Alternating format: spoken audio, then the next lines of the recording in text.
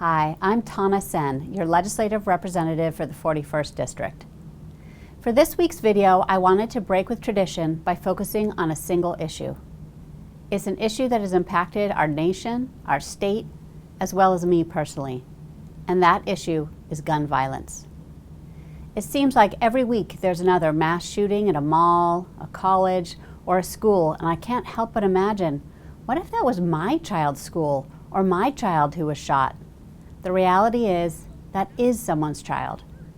Like you, I've been frustrated by the lack of progress we've made toward addressing the endemic of gun violence in our state.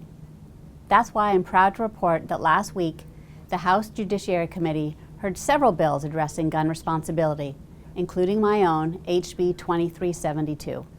How would you feel to learn a gun used in a crime was once in law enforcement possession? That maybe we could have interrupted the chain of events. Would you feel comfortable? I know, especially as a mom, I would not. This bill would prevent law enforcement agencies from becoming part of the cycle that puts guns back on the street by preventing them from selling firearms confiscated during the course of their duties. My concern is that government shouldn't be a middleman. We should not be in the business of selling guns.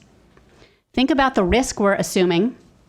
As a former city council member, as a legislator, and as a mom, I can't imagine learning through an investigation that a school shooting, a mass murder, a violent crime, or a suicide could have been prevented if we had not sold that gun.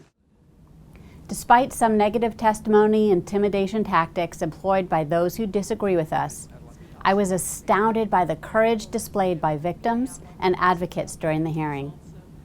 And I was proud to stand for reasonable gun regulation with advocates and representatives like Lori Jenkins, Ruth Kagi, and Brady Walkinshaw in support of this important legislation. Just like you, I want to keep our kids, families, and communities safe. But despite the glaring need for sensible regulations, like Representative Kagi's Child Access Prevention Bill, or Representative Walkinshaw's Local Authority Bill, there are no plans to hear any gun responsibility bills in the Senate this session. Like with most public safety laws, these bills won't prevent every act of gun violence.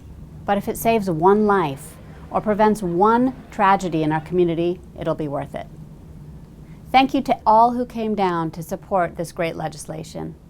Moms and grandmas, law enforcement and gun owners, and other concerned citizens who shared their personal stories and their advocates to make a difference on this important issue. And keep those letters and emails coming. It's great to hear from you. Thank you.